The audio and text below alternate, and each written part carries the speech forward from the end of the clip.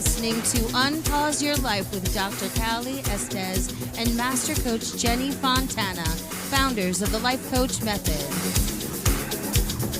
Each one of our uplifting and deep dive episodes is geared to help you tackle the things that hold you back from having the most magnificent life you deserve. Sit back, relax, and prepare to be coached. Good morning, everybody. Dr. Cali Estes, Unpause Your Life. Our next episode, I'm excited today for my guest, Jonathon Aslay, and his new book, What the Heck is Self-Love Anyway? We're going to talk about that and his journey here. Without further ado, welcome, Jonathon. Well, thank you so much for having me on, Cali. This will be fun. Well, first tell me how you got to write this book. What inspired you? How did you get here? What happened? Oh my God. Okay, I'm going to try to do the Cliff Note version of this, but after turning 40 and going through a divorce about 20 years ago, I found myself out in the dating marketplace. And at that time, I began online dating because I thought, I wanted to meet the one, because I was in a kind of a unhappy marriage. And I'll be candid with you, I got addicted to online dating. I mean, I got addicted to the connection. I got addicted to talking to women and just hearing their stories. And a lot of it was trauma bonding and going through our emotional stuff. But what was interesting, what was happening along the way was I was making friends with women, and they would just reach out and say, "Hey, Jonathon, will you look at my dating profile and help me make it better?"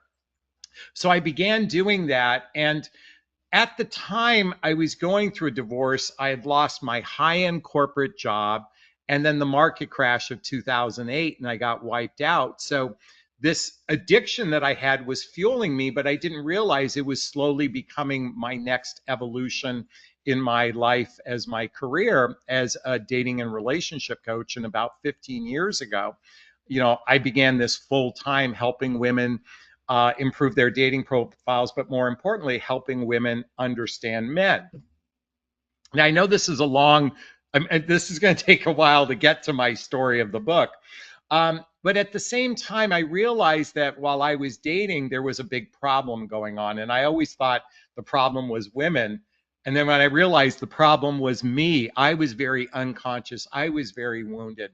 So I began doing personal development, self-help, spiritual work, therapy, to really understand what was going on inside of me from a dating and relationship perspective. Because I think, Cali, I was operating from, I need someone to love me so I can feel good about myself. My self-worth, my self-esteem, my self-confidence was very low. And I began doing the Hoffman process inside. I did therapy and also spiritual work like the Course in Miracles and that sort of thing. And this came to a culmination in 2018, where in 2018, I lost my 18-year-old son to an accident. His name is Connor.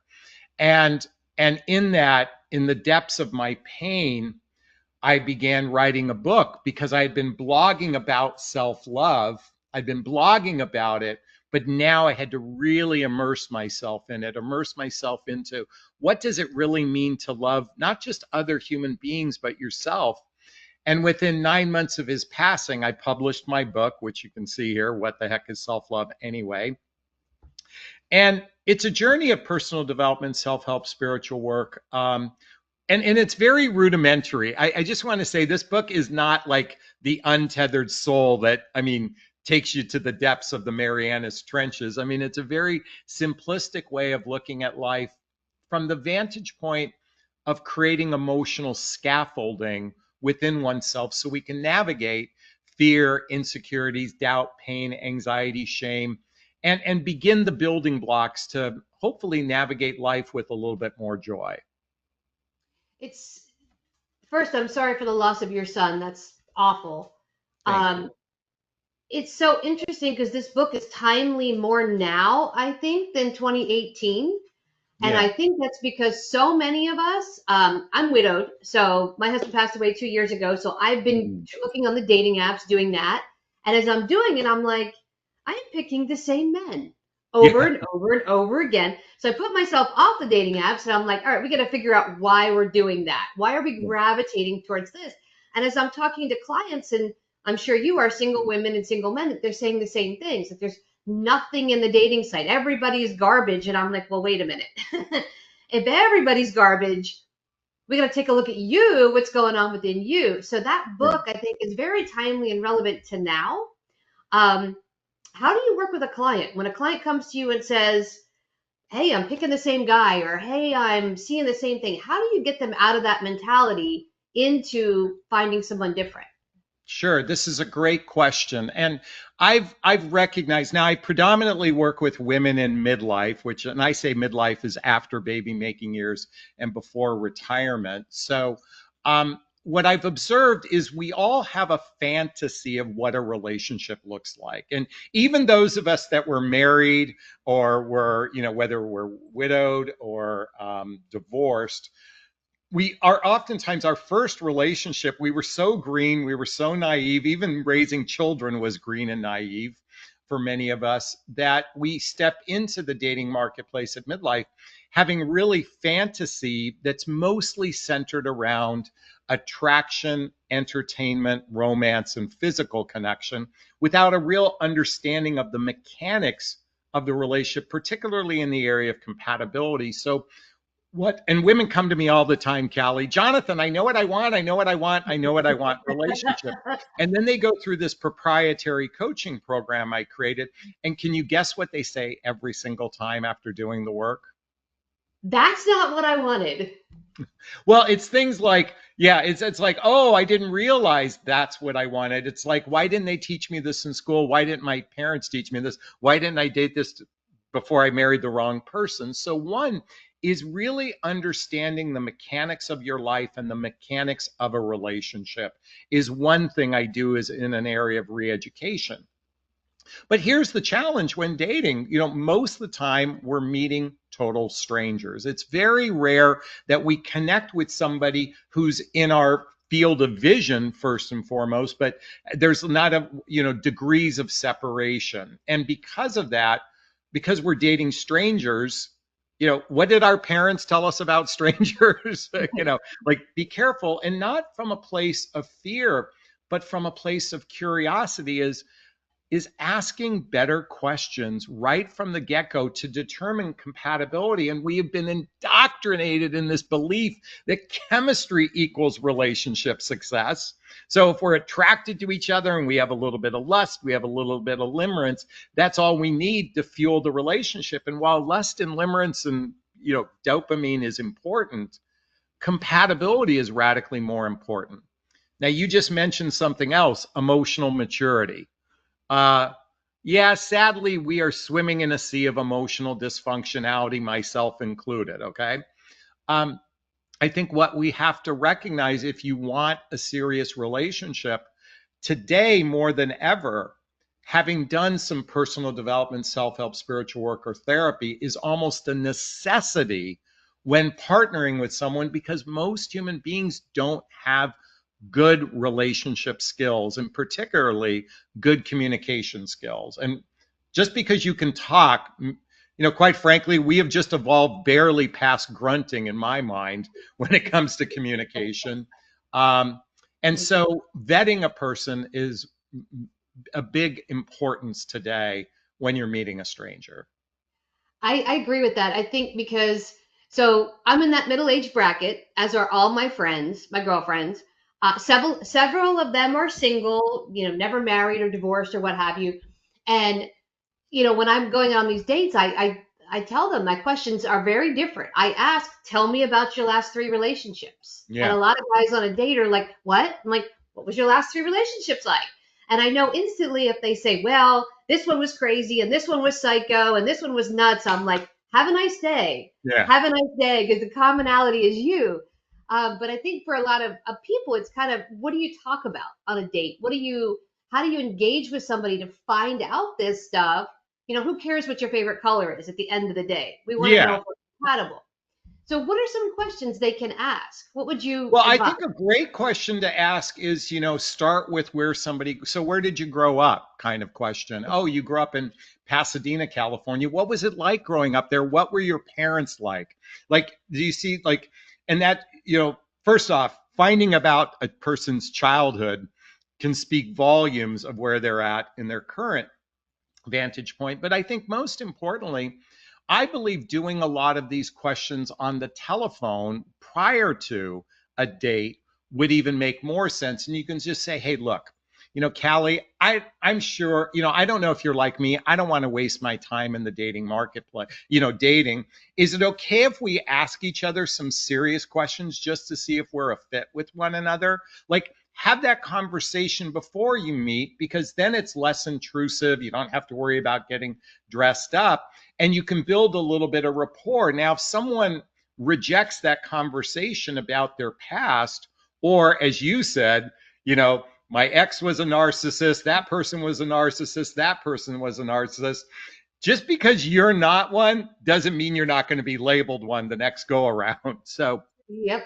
and frankly, and I recognize some people have experienced extreme abuse in relationship. There's no doubt, there are people, but for the most part, if a person doesn't take ownership, at least 3% of their part, and not just accepting bad behavior as being your 3%, taking ownership in your part, then likelihood of them having the emotional skills to be in relationship might be a clue that they're very weak in that realm. So I would start by asking questions. Oh, by the way, just to give you a question you should ask everybody, for those watching, does anybody currently believe they're in a relationship with you? Great question. That is such a great question. Not are you in a relationship, but does anybody think they are in a relationship with you? Yeah. Because there are so many people that are talking to all these other people and they all think they're in this relationship and they're not. Yeah, so it's very tricky, and to some degree, look at, for the most part, most human beings are relatively honest if they're honest with themselves, but there's certainly people that are manipulative and disingenuous, and this is why dating is a vetting process. I mean, do you know why they call it dating in the dictionary? Mm-mm. Because holy fucking shit, trying to figure out another human being is insane. So they thought of a word that would replace that, because that's what you're doing when you're dating. You're trying to figure out this person. And, I know there are coach after coach and person after person that will tell you don't interview people on a date. And I'm quite the opposite. I believe in interrogating people. Now, what's the purpose of interrogation? And I'm saying it tongue in cheek, so don't take it literally for everyone who's listening or watching. But interrogation is about getting to the truth of a person. I want to get to know the truth of you. That's what an interrogation is. So it's about asking, questions, actively listening, paying attention to body language. That's the purpose of getting to know someone, to see if you're simpatico. But if we go in cavalierly based on lust and limerence and attraction, entertainment and romance and physical connection, you're going to find yourself 3 months later going, oh my God, I just got attached to the wrong person. That is so true. And I remember I met my husband in New York City in 2008, and I met his whole band. I was doing PR for bands, and I had Okay. spoken to the whole band, and I got this text message, and I didn't know which one of them it was. I couldn't remember who was who. And he had texted me, and he was like, I really want to go out with you. And I'm like, well, I can't date clients. Yeah. And he had ended up firing my company and said, now you can date me. But I still didn't know which of the five guys I was talking to. And I'm like, oh my. So I'm like, okay. And then he sent me a photo, and he sent me a photo at a Bon Jovi concert, and it was him and the five guys and a bunch of girls. And now I'm going, I really don't know who I'm talking to. So when I accepted the date, I had no idea which one it was. And So I really truly a did. blind date. I went off connection, and I like brunette guys, and he was the only blonde in the band. And I'm like, oh, wow. And he showed up and he didn't match, and he had on green Chuck Taylor sneakers and camo pants and a green shirt. And I was just like, oh boy, this is going to be interesting. Um, but there wasn't that, like, it wasn't that I'm going to pick you based upon looks. It was, I really didn't know who I was talking to, but we had a really good, like, soul connection. Like, You and mind if then I we ask went out. how old were you when you met him? 34. 34. The reason why I ask is, and the reason why midlife is different than people in their 20s and 30s, usually the purpose of a relationship when you're in your 20s and 30s, most of the time, is to make babies and raise a family. So there's a built in purpose. The challenge with midlife is we oftentimes don't know what the purpose of a relationship with. And I know people would say companionship, connection, physical intimacy, but without a shared passion or a shared purpose, it's going to be problematic. So I just wanted to point that out. In our 20s and 30s, we have room to kind of be a little bit more, I'm going to say, naive or cavalier about it. It becomes more challenging as we age because the days in front of us are shorter than the days behind us most of the time. But more importantly, compatibility really matters in midlife. Yeah, and you're absolutely right. And I have a very unique lifestyle, what I do, Yeah. the way I travel, and I Yeah. see private clients and whatnot. So I made my list of like what I'm looking for. And number one is you better have global entry. So when Okay. I'm meeting someone, I'll say, "Do you have global entry?" What is that? I'm like, "We're not compatible," right there, because that tells me you don't travel. I want to know you can get on a plane and go. And if they have young kids, that's another issue. So Yeah. it's like I have this list of what I'm looking for, and it's hard because in midlife, I think I've found, at least on my side of things, is some guys have already started over and they've had Yeah. that second wife and they had a second or third baby and they have little kids and Yeah. they're 50 with three little kids, and I'm like, okay, Yeah. I'm not interested in that. I'm Sure. I don't have kids. I've never had kids. I'm ready to travel. So it's hard to find that person. What are some tips you can give our listeners on how to find that person? Where do they go? Because my friends jokingly said go to Home Depot on a Friday night, and I was like, no. Yeah, this is where I'm going to be very blunt. Is that we have. Well, first off, let me say that 65% of all new relationships today happen through an online connection. So that happens to be the portal where most people are meeting. That doesn't mean 65% of people are into relationship. That's where they meet. And a lot of people are burnt out on the online method of meeting. And then they're like, well, then someone will say, well, just join a meetup group, do the things you love, blah, blah, blah, blah, blah. But even that is problematic because when I go to Home Depot, I'm so hyper focused on what I'm going to do that I'm not really going, okay, let me see if there's someone single and eligible around. And when you go in with that mindset, you're already setting yourself up for failure if you go in with that strong of intention. Quite frankly, I'm going to say social media actually is designed to connect with people, hopefully within your geography, within your friend group. I think the missed opportunity is for those that are utilizing social media would be to utilize it more effectively. Again, it's not everybody does that, but I would say that would be one of the better places. And you can even put a post, I'm single, who wants to go out on a date, and see who, and you might know somebody that knows somebody kind of thing. I think we should take advantage of our immediate circle and ask around and be a little bit more, a little more diligent. I'm laughing because have you seen the girl? She was like 32 and she made a TikTok, and it was a 60-second TikTok. And she goes, "Hi, I'm single. I'm looking for my husband and I will pay you $10,000 to find me my future husband." And she had this list. Yeah. And Kevin O'Leary from Shark Tank took that and said, "This is a perfect example of how to sell a product," and Yeah. actually made her go viral. And I thought that was pretty neat. I was like, what a smart, like, she just put herself out there and said, "Hey, I'm single, and if you can find me a husband." And I thought that's actually pretty cool to do that, because then her Hey, friends you know what? passed And it along. I think, but the problem then though is she's going to be inundated with, so now there's a blessing and curse with that. And I love the idea, but then you become inundated and then it becomes like then it oftentimes, well, you start with the looks to narrow people down, and hopefully you have that laundry list about that person. And I love the idea, but the idea is, you said something, the importance is to market yourself. Whether we like it or not, we actually do have to represent ourselves in the best possible way. And Cali, I will tell you that online dating profiles, 99 out of 100 women's and men's profiles that I view on a regular basis are so poorly curated.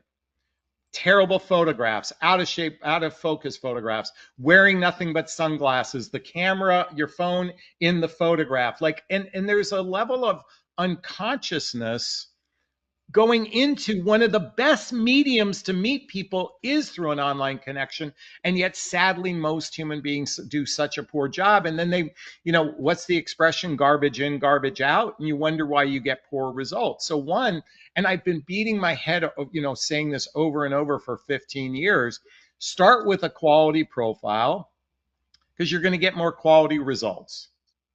Tell me, for my listeners, what is with the guy's profile with standing on a boat with all the fish in front of him that he caught?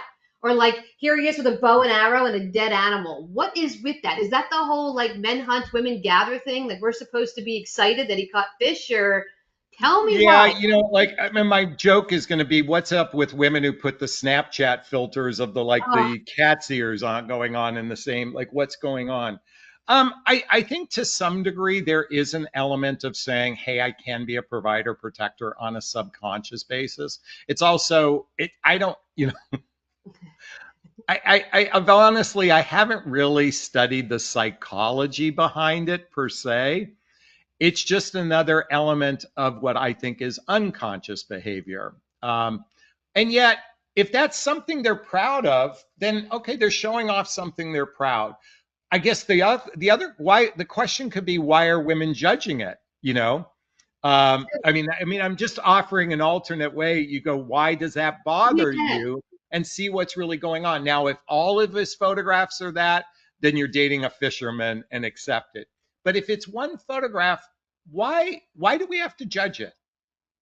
So my brain goes, does he come home smelling like fish? Do we need an outside shower to hose him off? Like, my brain goes that direction. Like, how do I have to handle this issue, or how do I have to handle this behavior? All right, but I'm going to challenge you for a little bit. That's way overthinking. Okay. The thing is are you attracted to his face and his body? That's the most important thing out of a photograph. Are you attracted to the face? Are you attracted to the body? That's the purpose of a photograph.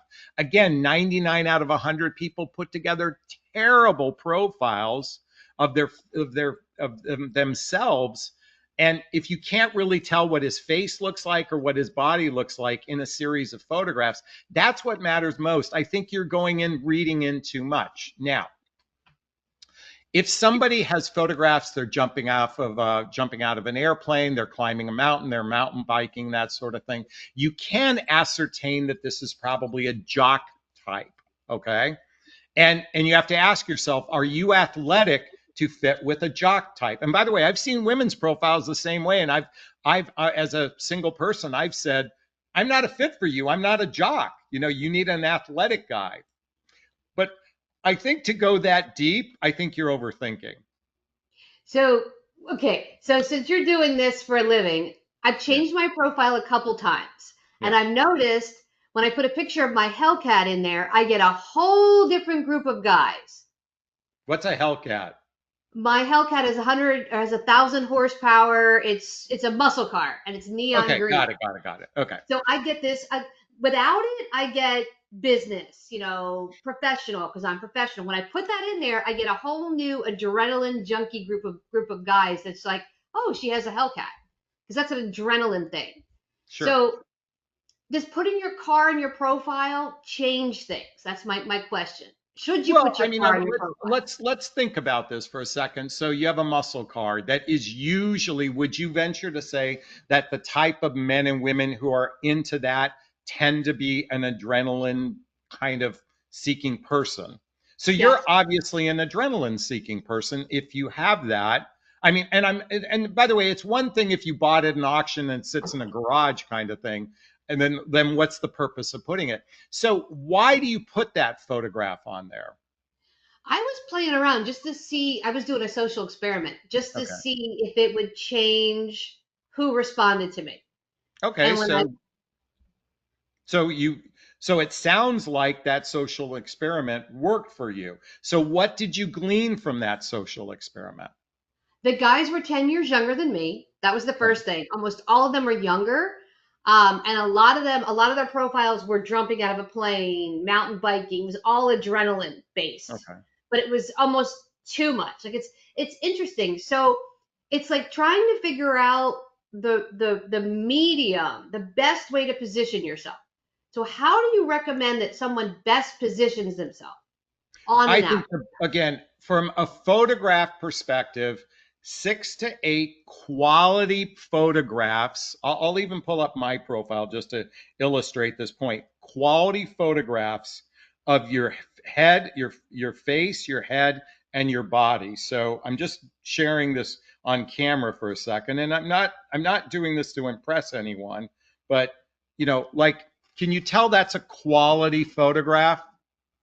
You look like Tom Cruise in that photograph. Wow. Well, I mean, I know I'm wearing glasses, but then it's a quality photograph. It's a headshot, and I'll take another one, and here's a body shot. Okay, sorry for the glare. Okay, but my point is a quality headshot, a quality body shot.